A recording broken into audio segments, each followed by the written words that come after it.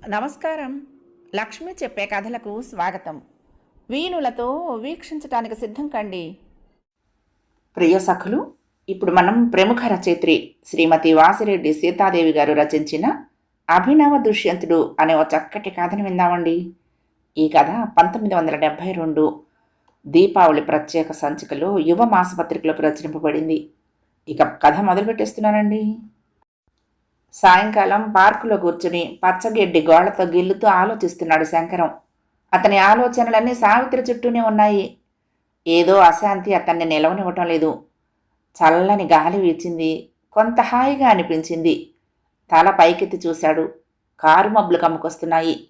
మెరుపులు ఉరుములు సాగినాయి. పార్కులో ఉన్న జనం ఒక్కొక్కళ్లే లేచి వెళ్ళిపోతున్నారు.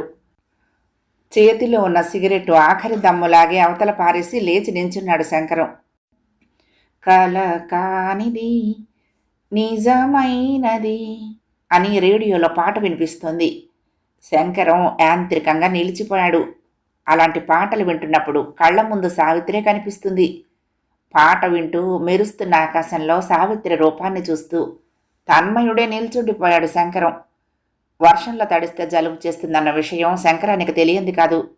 పైగా వర్షంలో తడిస్తే అతనికి జ్వరం కూడా వస్తుంది.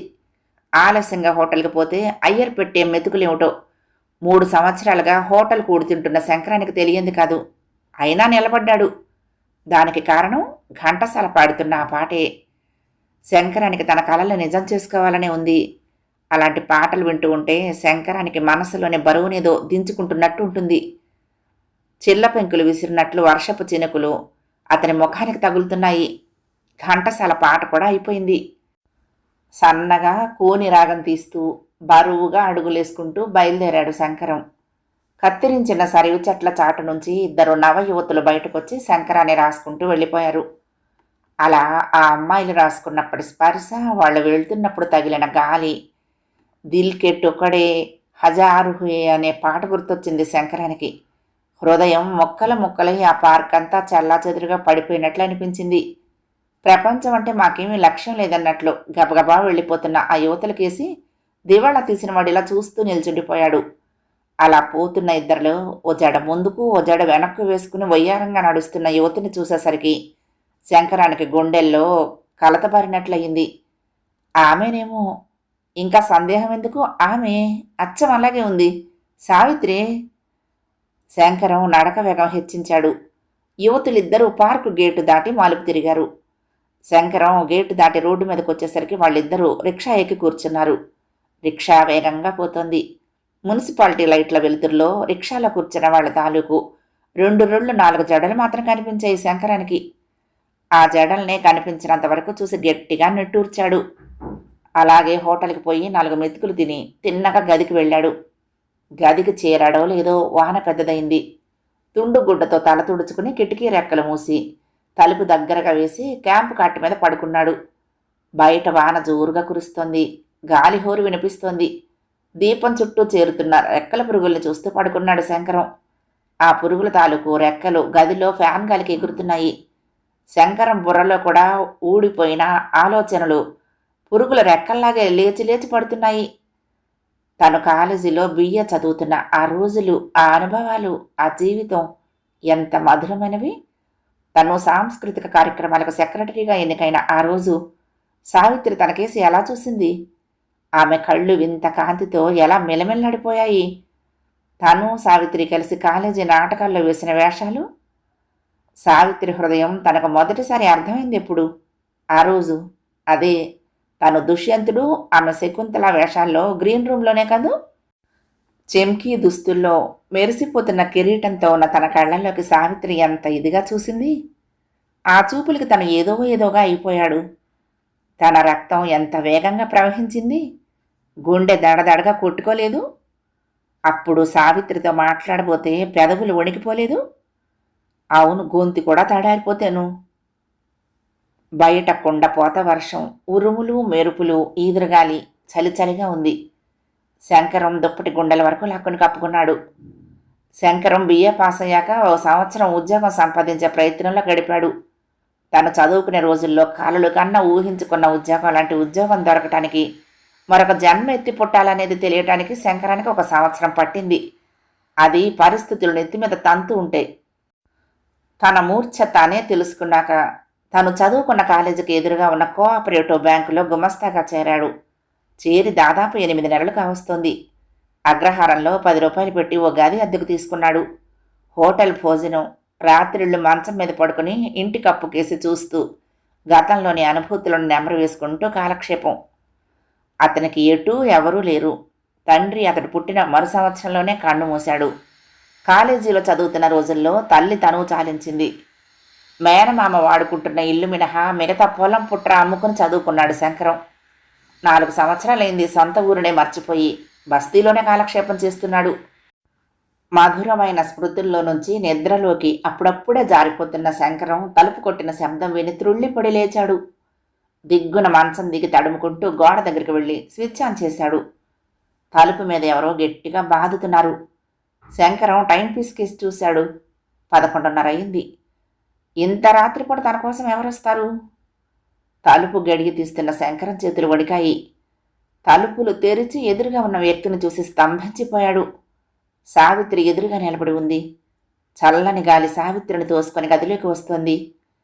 తడిసి ముద్దైన సావిత్రి జార్జెట్ చీరలో నుంచి నీరు కారి గచ్చు మీద ప్రవహిస్తోంది. శంకరం కళ్ళు నలుపుకుని మరీ మరొకసారి చూశాడు. తడిసి ఒంటికి అతుక్కుపోయిన గులాబీ వన్నె పట్టు రవిగా నీలివర్ణపు చీర మడతల్లో నుంచి తొంగి చూస్తున్న యవ్వనపు వంపులు, విశాలమైన కళ్లను సగం కప్పుతున్న కనురెప్పలు, తడిసిన పచ్చటి చెంపల మీద అతుక్కుని ఉన్న పట్టుకుచ్చు లాంటి నల్లని మొంగురులు. నిశ్చలంగా నిల్చుని ఉన్న సావిత్రిని, తన స్మృతుల్లోని దేవకన్యను, కలల్లోని అపరంజి బొమ్మను దిగ్భ్రాంతితో చూస్తూ ఉండిపోయాడు శంకరం. కలయో వైష్ణవ మాయయో అన్న సందేహంలో పడిపోయాడు. ఏంటి శంకరం అలా చూస్తావు? నేను సావిత్రిని అంది సావిత్రి కొంచెం వణుకుతున్న గొంతుతో. ఆ స్వరంలోని వణుకు చలి వల్లనో లేక ఉద్వేగం వల్లనో చెప్పడం కష్టమే. సావిత్రి, ఏమిటిలా వచ్చావు? శంకరం ఆశ్చర్యంగా ప్రశ్నించాడు. క్షమించు శంకరం, ఇంతకాలం నీ మనసును అర్థం చేసుకోలేకపోయాను. పూడిపోయిన గొంతును పెకలించుకొని అంది సావిత్రి. అలా ఆమె ముక్కుసూటిగా మాట్లాడటం శంకరానికి ఆశ్చర్యంతో పాటు ఆనందాన్ని కూడా కలిగించింది. మనసు తేలిక పడింది. అయినా అతని బుర్రలో అనేక అనుమానాలు కదులుతూనే ఉన్నాయి. ఇంత రాత్రిపూట వర్షంలో ఒంటరిగా రావటానికి కారణం? అడిగాడు. సావిత్రి ఓ క్షణం శంకరం కళ్ళల్లోకి గుచ్చి చూసింది. ఆ చూపుల్ని తట్టుకోలేని శంకరం తన కళ్ళను దించుకున్నాడు. కారణాలకేం చాలా ఉన్నాయి, ఉండే వచ్చాను. ముందు నన్ను లోపలికి రాణిస్తావా? చలితో చచ్చిపోతున్నాను అంది. శంకరం సిగ్గుపడ్డాడు. అంతవరకు తడి పట్టలతో నిలవలేకపోతూ నిల్చున్న సావిత్రిని లోపలికి ఆహ్వానించాడు. సారీ, లోపలికి రా, ముందు ఆ తడి చీర మార్చుకో పిరికిగా అన్నాడు. సిగ్గుతో ఎర్రబడ్డ చెక్కేళ్లతో అదో మాదిరిగా చూసింది ప్రియురాలు ప్రియుణ్ణి. శంకరం పెట్టె తీసి పైజమా కాలర్ బనీను తీసి ఆమె ముందు పెట్టాడు. తను ఫ్లాస్క్ తీసుకుని ఎదురు టీ స్టాల్ వైపు నడిచాడు. శంకరం టీ తీసుకుని తిరిగి వచ్చేసరికి సావిత్రి బనియన్ పైజమాలో సినిమాలోని నాయికలా కనిపించింది శంకరం కళ్లకు. ఆమె కుర్చీలో కూర్చుని కాలు మీద కాలు వేసుకుని సినిమా పత్రిక తిరగేస్తోంది. ఆమెను అలా చూస్తూ ఉంటే శంకరానికి కాలేజీలో వేషాలు వేసిన రోజులు గుర్తొచ్చాయి. అప్పటికే సావిత్రి సగం తన మనిషి అయిపోయినట్టుగా ఉంది శంకరానికి. ఇద్దరూ మౌనంగా టీ తాగుతున్నారు. శంకరానికి సంభాషణ ఎలా ప్రారంభించాలో తెలియటం లేదు. మా నాన్న బాగా డబ్బున్న ఓ ముసలాడికిచ్చి పెళ్లి చేయాలనే ప్రయత్నంలో ఉన్నాడు. సావిత్రి ఖాళీ కప్పు పక్కన పెడుతూ అంది. అయితే ఎంతకాలం ఇలా తప్పించుకు తిరుగుతావు? ఏ నుయ్యో గొయ్యో చూసుకునేదాకా. శంకరం చివ్వున తాలెత్తి సావిత్రి మొహంలోకి చూశాడు. వెంటనే ఏమీ మాట్లాడలేకపోయాడు. మగవాళ్ల మీద వాళ్ళ ప్రేమల మీద నమ్మకం నశించాక ఆడది ప్రేమించగలిగేది అదొక్కటే. సావిత్రి మళ్ళీ అంది. శంకరం కళ్ళు పెద్దవి చేసుకుని సావిత్రి మొహంలోకి చూస్తూ ఉండిపోయాడు. ఆ ఒక్కటి ఏమిటని అడగవేం? రెట్టించినట్లు అంది సావిత్రి. నువ్వే చెప్తావని చెప్పు అన్నాడు. ఆత్మహత్య? ఏమిటా మాటలు సావిత్రి? ఇంకొంచెం టీ తాగు. ఫ్లాస్క్లోని టీ కప్పులోకి వంచి సావిత్రికి అందించాడు. నాకొద్దు, నువ్వు తాగు శంకరం. శంకరం చేతిని ఒక చేత్తో పట్టుకుని రెండో చేత్తో కప్పు అందించింది. ఆ స్పర్శకు శంకరంలో ఎగిరిపోయిన ఆశలేవో చిగురించాయి. తర్వాత వారం రోజులకు ఓ దినపత్రికలో ఆదర్శ వివాహం శీర్షిక కింద సావిత్రి శంకరాల ఫోటోలు ప్రచురించబడ్డాయి, మెళ్ళో పూలదండలతో సహా. అబ్బాయి శంకరం ప్రయాణం సంగతి ఏమనుకున్నారు? కూతుర్ని పుట్టింటికి తీసుకువెళ్ళడానికి వచ్చిన మామగారు శంకరం ఆఫీసు నుంచి రాగానే అడిగాడు. అప్పుడే ఏం తొందరలేండి, ఈ నెలపోయాక తీసుకువెళ్ళదురు గాని, కోటు తీసి వంకెకి తగిలిస్తూ అన్నాడు అల్లుడు. అట్లా అంటే ఎట్లా నాయనా? ఈ బస్తీ కాపురంలో ఎట్లా అయిపోయిందో చూడు. అందులోనూ తొలి కాన్పు, కాస్త ముందెత్తిన జాగ్రత్త పడాలి. తలుపుల చాటు నుంచి అత్తగారు రాగం తీసింది. సరే మీ ఇష్టం అన్నాడు శంకరం వాకిట్లో నిలిచి ఉన్న సావిత్రిని చూస్తూ. సావిత్రి వస్తున్న నవ్వును పెదవుల మధ్య బంధిస్తూ మీరు మీరు రారా అంది. అవునబ్బాయి, నువ్వు కూడా వస్తే బాగుంటుంది అన్నాడు మామగారు. నేనిప్పుడు రావటానికి వీల్లేదులేండి, సెలవు కూడా దొరకదు, సావిత్రిని తీసుకువెళ్ళండి, ఉదయం 8ంటికి జనతా ఎక్స్ప్రెస్ ఉంది అన్నాడు శంకరం. భార్య పుట్టింటికి వెళ్ళి 2 నెలలైపోయింది. అనుకున్న దానికంటే త్వరగానే రోజులు గడిచిపోయాయి శంకరానికి. హోటల్లో తిండి తిని రాత్రి ఇంటికి చేరుకున్న శంకరం మామగారు రాసిన ఉత్తరం చదువుకుని ఆనందంలో తల మునకలైపోయాడు. సావిత్రి ప్రసవించింది, కొడుకు పుట్టాడు, తల్లి బిడ్డ క్షేమం. ఇంతకంటే ఏం కావాలి శంకరానికి సంతోషం కలిగించడానికి? 10 రోజులు సెలవు పెట్టి అత్తగారింటికి ప్రయాణమయ్యాడు. రైల్లో కూర్చుని శంకరం కొడుకు రూపురేఖల్ని పోలికల్ని మనసులో చిత్రించుకుంటూ ఊహల్లో మునిగిపోయాడు. గంటకు 40 మైళ్ళ వేగంతో వెళ్తున్న బండి చీమ నడక నడుస్తున్నట్టు ఉంది శంకరానికి. భార్యను కొడుకును ఎప్పుడెప్పుడు చూద్దామా అనే ఆరాటం క్షణక్షణం పెరగసాగింది. రైలు దిగి జట్కా మాట్లాడుకుని మామగారింటికి వెళ్ళాడు. శంకరం జట్కా దిగి ఇంట్లోకి వెళ్లేసరికి ఇల్లంతా హడావుడిగా ఉంది. వసారాలో 2 పురోహితులు ఏదో తతంగం చేస్తున్నారు. అరుగుల మీద కొందరు ఊళ్ళో పెద్దలు కూర్చుని ఉన్నారు. ఇంట్లో ఆడవాళ్లు హడావుడిగా తిరుగుతున్నారు. ఇదంతా చూసిన శంకరం గుండెలు కదపడ్డాయి. ఏవేవో దారుణమైన ఆలోచనలు బుర్రలో కదిలాయి. కానీ అక్కడ ఉన్న వాళ్ళ మొహాలు చూస్తూ ఉంటే అలాంటి ఊహలకు తావెక్కడా లేదు. రా రా శంకరం, మెయిల్లో వచ్చావా అంటూ పరామర్శించి మామగారు అల్లుణ్ణి లోపలికి తీసుకువెళ్ళారు. అమ్మాయి బా వచ్చాడు, కాఫీ పట్రా అని ఇంట్లోకి ఒక కేక పెట్టి తను సావిట్లోకి వెళ్ళిపోయాడు శంకరం మామగారు. హాల్లో కూర్చొని కాఫీ తాగుతున్న శంకరం దగ్గరికి ఓ నడు వంగిపోయిన ముసలమ్మ వచ్చి కర్రపోటు మీద నిల్చుంది. ఏ నాయనా, కొడుకు పుట్టి 1 నెల రోజులైనా ఇంతవరకు రావటానికి తీరలేదా? తోలు సంచిలా వేళ్లాడుతున్న బొగ్గల్ని నొక్కుంటూ అంది ముసలమ్మ. శంకరానికి మాడు మీద ఎవరో గట్టిగా బాదినట్లయింది. తాగుతున్న కాఫీ పొలమారి ప్రాణం ఉక్కిరిబిక్కిరయింది. శంకరం అయోమయంలో పడిపోయాడు. 1 నెల రోజుల నాడు కొడుకు పుట్టడం ఏమిటి? తననిప్పుడు చూడటానికి రమ్మని రాయటం ఏమిటి? అయినా తనకు పెళ్ళై అన్నాళ్ళయింది. 1 నెల కిందటే తనకు కొడుకు పుట్టటమా? ఇదంతా ఏదో చిత్రంగానే ఉందే. శంకరం కడుపులో అనుమానం రేగుతోంది. సావిత్రి గత జీవితంలోకి శంకరం మనసు పరిగెత్తింది. అంతలోకే మామగారు అల్లుడి దగ్గరకు వచ్చారు. ఆయన రావటం చూసి ముసలమ్మ పక్కకు తప్పుకుంది. ఎన్నాళ్ళు సెలవు పెట్టావు? మామగారు అడిగారు శంకరాన్ని.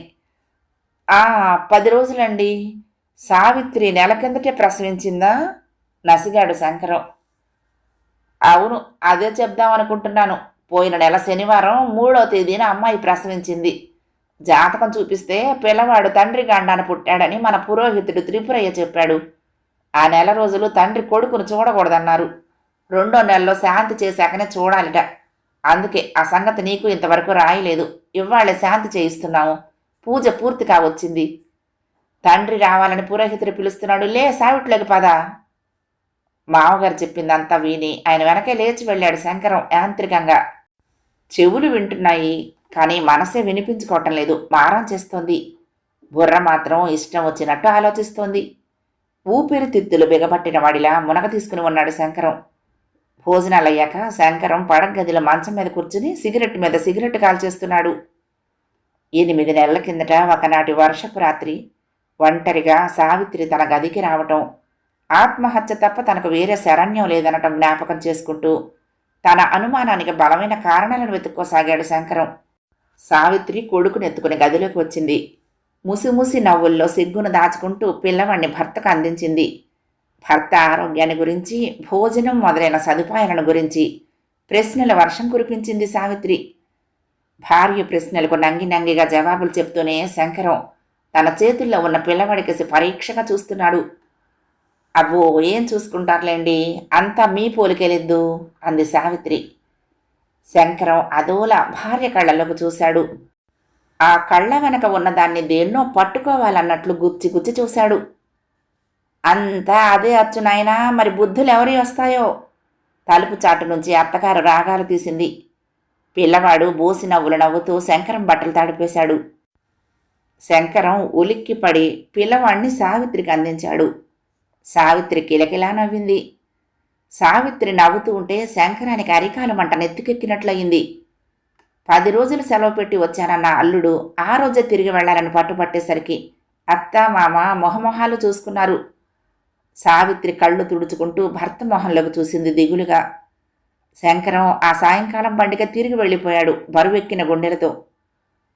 ప్రొద్దుపోయి ఇంటికి చేరిన శంకరానికి ఒళ్ళంతా విరగ్గొట్టినట్లుంది. మనసంతా విరిగిన పాలలా ఉంది. వికృతమైన ఆలోచనలతో బుర్రంతా చెదలపుట్టలా ఉంది.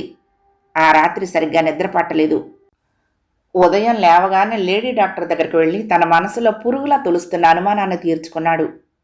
డాక్టర్ అమ్మ 8 నెలలకే కాదు 7 నెలలకు కూడా ప్రసవించిన కేసులు చాలా ఉన్నాయని, బిడ్డలు కూడా ఆరోగ్యంగా ఉండి బతికి పెద్దవాళ్ళైన వాళ్ళెందరూ ఉన్నారని చెప్పింది. ఆ మాట విన్నాక శంకరం హృదయం కొంత తేలిక పడింది. కానీ గాడి తప్పిన మనసు కళ్ళెం తెగిన గుర్రంలా చిందులు తొక్కుతూనే ఉంది. మరొక వారం రోజులు సెలవు పొడిగించాడు. ఇంట్లో కూర్చుని రాత్రింబావళ్ళు ఒకటే ఆలోచిస్తున్నాడు. మనసు ఓ దారికి రావటం లేదు. ఎంత సర్ది చెప్పుకున్నా అథవా వచ్చినా అవి వచ్చిన చోట ఉండటం లేదు. అతని మనసు మంచు కొండల మీద స్కేటింగ్ చేస్తున్నట్టుంది. అంతా మీ పోలికే. భార్య మాటలు నిరంతరం చెవుల్లో మారుమోగుతూనే ఉన్నాయి. పిల్లవాడి మోహాన్ని గుర్తు చేసుకోవటానికి విశ్వప్రయత్నం చేస్తున్నాడు.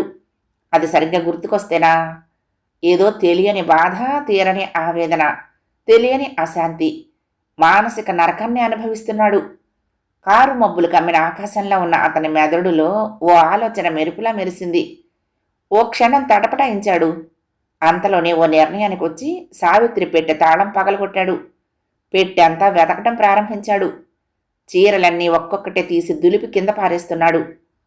ఆ పెట్టెలో తన అనుమానానికి ఏదో ఒక ఆధారం దొరక్కపోదని అతని నమ్మకం. చీరలన్నీ ఒక్కొక్కటే తీసి పడేశాడు. పెట్టె అడుగున ఉత్తరాల కట్ట ఒకటి కనిపించింది. శంకరానికి తన గుండె ఆగిపోతుందేమో అనిపించింది. ఓ క్షణం ఆ ఉత్తరాల కట్టకేసి యావగింపుగా చూశాడు. వణుకుతున్న చేతులతో ఒక్కొక్కటే తీసి చదవసాగాడు. మొదటి ఉత్తరం విప్పి చూడగానే అకస్మాత్తుగా ఎవరో తనను నరకం నుంచి స్వర్గలోకంలోకి తోసేసినట్లు అనిపించింది. నుదురు మీద పట్టిన చెమటను తుడుచుకుని ఉత్సాహంగా ఒక్కొక్క ఉత్తరము చదవసాగాడు. ఆ ఉత్తరాలన్నీ కాలేజీ రోజుల్లో సావిత్రికి తను రాసినవే. అయితే సావిత్రి మాత్రం ఒక్క ఉత్తరానికి సమాధానం రాయలేదు. కనిపించినప్పుడు హాయిగా నవ్వేది. ఉత్తరాలన్నీ కట్టకట్టి మళ్లీ యథాస్థానంలో ఉంచుతున్న శంకరం చేతికి కాగితంలో చుట్టి ఉన్న ఓ ఫోటో తగిలింది. యాంత్రికంగా ఆ ఫోటోను చేతుల్లోకి తీసుకున్నాడు. దానికి చుట్టి ఉన్న కాగితం తొలగించాలంటే ఏదో అజ్ఞాత భయం మళ్లీ మనసును చుట్టేసింది. ఈ ఫోటో ఎవరిదో? ఇది దొరక్కపోయినా బాగుండేది. ఇది తన అనుమానాన్ని బలపరుస్తుందేమో. ఈ ఫోటోను బట్టల అడుగున ఇంత భద్రంగా సావిత్రి దాచుకున్నదంటే అదురుతున్న కణతల్ని మునివేళ్లతో నొక్కున్నాడు. ఈ ఫోటో సావిత్రికి తనకు ఉన్న జీవిత సంబంధాన్ని తెంచేస్తుందేమో. తన భార్య కొడుక్కి తండ్రి ఎవరో తేల్చి చెప్పేస్తుందేమో. హే భగవాన్! ఫోటోకు చుట్టి ఉన్న కాగితాన్ని తీసేసి ఫోటోలోకి ఆత్రంగా చూశాడు. చూస్తూ అలాగే ఉండిపోయాడు. వరద నాటి వెల్లువల అతని హృదయంలో ఆనందం కట్టలు తెంచుకుంటోంది. అది శకుంతల నాటకంలోని ఓ దృశ్యం. దుష్యంతుని దర్బారు. శకుంతల భరతుణ్ణి చూపించి ఇదిగో నీ కొడుకు స్వీకరించు అని ప్రాధేయపడుతూ ఉంటే దుష్యంతుడు అనుమానపు చూపులతో నిరాకరించే దృశ్యం అది. దుష్యంతుడి వేషంలో తానే, శకుంతల వేషంలో సావిత్రి. మరి భరతుడు? అనుమానం తీరిందా? వెనక నుండి వచ్చిన మాటలకు ఉలిక్కిపడ్డాడు శంకరం. చేతిలో ఉన్న ఫోటో కింద పడింది. గిర్రును తిరిగి చూశాడు. సావిత్రి, నువ్వా? ఏమిటిలా ఉత్తరమైనా రాయకుండా వచ్చేశావు? సావిత్రి జవాబివ్వలేదు. తెరిచి ఉన్న పెట్టెలోకి చుట్టూ చిందరవందరగా పడి ఉన్న చీరలకేసి, కాళ్ల దగ్గర పడి ఉన్న ఫోటోకేసి, పట్టుబడిన దొంగలా నిల్చుని ఉన్న భర్తకేసి మార్చి మార్చి చూడసాగింది. సావిత్రి మరేమో ఏదో చెప్పబోయాడు. మీరేమి చెప్పక్కర్లేదు, నాకంతా అర్థమైంది. ఆ రోజు అప్పటికప్పుడు ఎందుకు వచ్చేసారో కూడా అర్థమైంది, నీరసనగా అంది సావిత్రి. క్షమించు సావిత్రి. క్షమించమని అడగటం అంత తేలిక కాదు క్షమించటం. వీడిని అందుకోండి, పిల్లవాడిని అందించింది సావిత్రి. శంకరం యాంత్రికంగా చేతులు చాపి పిల్లవాడిని అందుకున్నాడు. మీ వస్తువును మీకు ఇచ్చేశాను, ఇక నేను వెళ్తాను, సెలవు. సావిత్రి, ఏమిటిది, ఎక్కడికి వెళ్తావు? ఎక్కడికో ఒక చోటికి. కోట్ల కొద్ది జనం బ్రతుకుతున్న ఇంత దేశంలో నేను బ్రతకలేకపోను. ప్లీజ్ సావిత్రి, అలా మాట్లాడకు, నన్ను క్షమించి. క్షమించి నా పాదాల్లో ఇంత చోటు ఇవ్వమంటారా? ఇవ్వనుగాక ఇవ్వను, నేను వెళ్ళిపోతున్నాను. గిర్రున తిరిగి గబగబ బయటికి వెళ్ళిపోతున్న సావిత్రిని పిచ్చివాడిలా చూస్తూ నిల్చుండిపోయాడు. చేతుల్లో ఉన్న పిల్లవాడు కెవ్వున ఏడుపుకు లంకించుకున్నాడు. కథ సమాప్తం. ప్రియ సఖులు, ఈ కథ మీకు నచ్చితే తప్పకుండా లైక్ చేయండి, షేర్ చేయండి, కామెంట్ చేయండి, సబ్స్క్రైబ్ చేసుకుని నన్ను ఎంకరేజ్ చేయండి. ఉంటానండి. ప్రేమతో లక్ష్మి, కృష్ణాతీరం దుర్గమ్మ సన్నిధానం. నమస్తే.